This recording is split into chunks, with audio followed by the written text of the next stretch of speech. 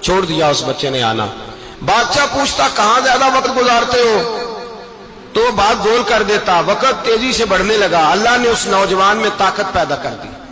اب وہ اس کے اندر نا اللہ نے توانائی, روحانیت پیدا کر دی. ابھی جوان ہے, 14-15 سال عمر ہے. اللہ نے اب جو بیمار بھی آتا وہ دعا کرتا تو اللہ صحت عطا کر دیتا.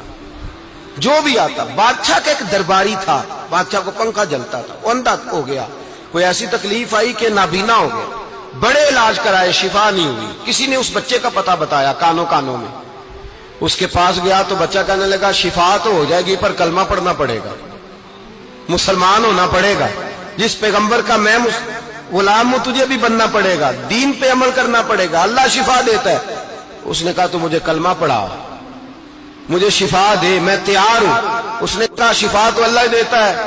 اس نے اللہ تبارک و تعالیٰ کا ذکر کر کے دعا مانگی. یہ مسلم شریف میں حدیث ہے, طبرانی میں موجود ہے. اللہ نے اسے شفا دی, اس نے کلمہ پڑھنا شروع کر دیا. یہاں ایک نقطہ لکھا ہے ہمارے علماء نے, کہتے ہیں جب اللہ ولایت عطا کرتا ہے نا تو یہ سفید بالوں والے کا حصہ نہیں ہوتی. اگر جوانی میں کوئی آدمی توبہ کر کے تصوف کے راستے پہ چلتا ہے تو سب سے زیادہ ولایت اللہ اسے عطا فرماتا ہے.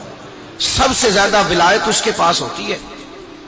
ابھی اس کے بال کالے ہیں, چڑھتی جوانی ہے, دعا کی تو اللہ نے, اور حدیث پاک میں موجود ہے کوڑے آتے تو شفا یاب ہو جاتے, اندھے آتے تو شفا یاب, برس والے آتے تو اللہ سے دے. جوان ہے. بادشاہ کے پاس وہ واپس گیا, وہ جو آدمی جس کی آنکھیں ٹھیک ہوئی تھی. بادشاہ نے پوچھا کہ کیسے شفا ملی, تو کہنے لگا میرے رب نے شفا دی ہے. بادشاہ سجدے کراتا تھا, اپنے آپ کو منواتا تھا معاذ اللہ. کہنے لگا میرے علاوہ کون رب ہے؟ اس نے کہا وہی رب ہے جس نے تجھے پیدا کیا ہے, اور وہی رب ہے جس نے مجھے اندھے کو آنکھیں دی ہیں, وہی ہے میرا مالک. کہا اچھا تو مجھے نہیں مانتا؟ کہا نہیں میں اپنے رب کو مانتا ہوں. بادشاہ نے اسے سزا دی, ستایا. اس نے بچے کا پتہ بتایا, پھر بچے کو بلا کے ستایا تو اس راہب کا پتہ بتایا. راہب بھی قتل ہو گیا, نابینا بھی قتل ہو گیا. بادشاہ نے کہا سپاہیوں سے اس بچے کو لے جاؤ اور پہاڑ کی چوٹی پہ جا کے نیچے پھینکو تاکہ مر جائے. بچہ پہاڑ کی چوٹی پہ گیا تو ہاتھ اٹھا کے کہنے لگا یا اللہ